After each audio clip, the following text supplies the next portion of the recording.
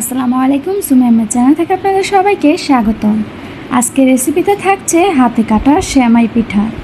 হাতে কাটা সেমাই পিঠা ঐতিহ্যবাহী খাবার তবে এটা ঝামেলা মনে করে অনেকেই বানাতে চান না। প্যাকেটে কিনা চালের গুঁড়া দিয়ে এরকম হাতে কাটা সেমাই বানাতে পারবেন একটা সিক্রেট টিপস ফলো করে।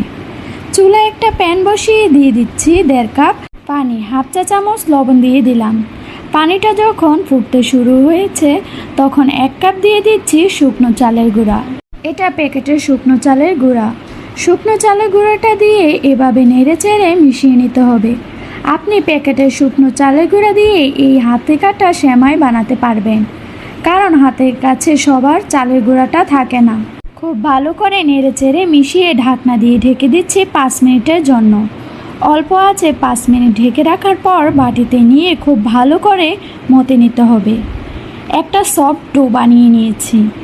আর এখন একটা বোর্ডে কিছুটা শুকনো গুঁড়া ছড়িয়ে দিয়ে এই বোর্ডটাতে এই শুকনো গুঁড়াটা লাগিয়ে নিচ্ছি। আর নিয়ে নিচ্ছি কেচিতেও চালের গুঁড়াটা লাগিয়ে নিচ্ছি। আর সাইড থেকে এভাবে করে কেটে নিচ্ছি। আপনারা চাইলে এভাবে কেটে বানাতে পারবেন, অনেক তাড়াতাড়ি হয়ে যাবে। যারা এটা হাতে কাটতে পারেন না তারা এভাবে খুব সহজেই কাটতে পারবে। তো আমি কেটে নিয়েছি। এখন আরেকটা টিপস ফলো করা যায়। এটাকে এভাবে কেটে নেওয়ার পর হাত দিয়ে একটু মুড়িয়ে নিতে পারেন। আবার চাইলে এভাবেও রান্না করতে পারেন।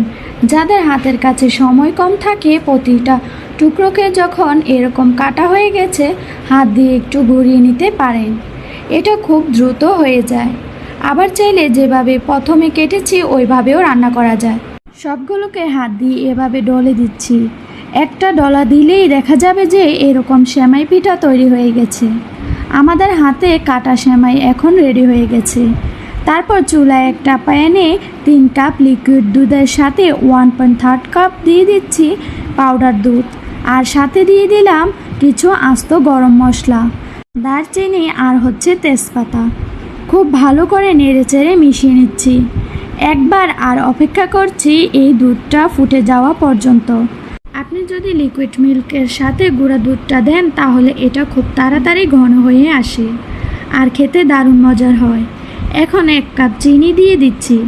চিনিটা দিয়ে খুব ভালো করে নেড়েচেড়ে গলিয়ে নিচ্ছি। আর দিয়ে দিচ্ছি হাতে কাটা সেমাই। এরকম করে নেড়েচেড়ে চুলা আঁচ কমিয়ে অনেকটা সময় নিয়ে রান্না করে নিচ্ছি, যতক্ষণ না কিছুটা ঘন হয়ে আসছে।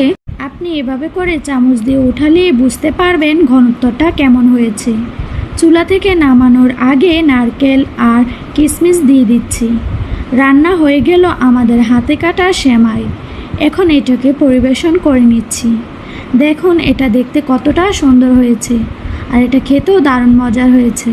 তো বন্ধুরা, প্রতিদিনের রেসিপির মতন আজকের এই সহজে রেসিপিটা আপনাদের কাছে কেমন লেগেছে অবশ্যই লাইক কমেন্ট শেয়ার করে জানাবেন।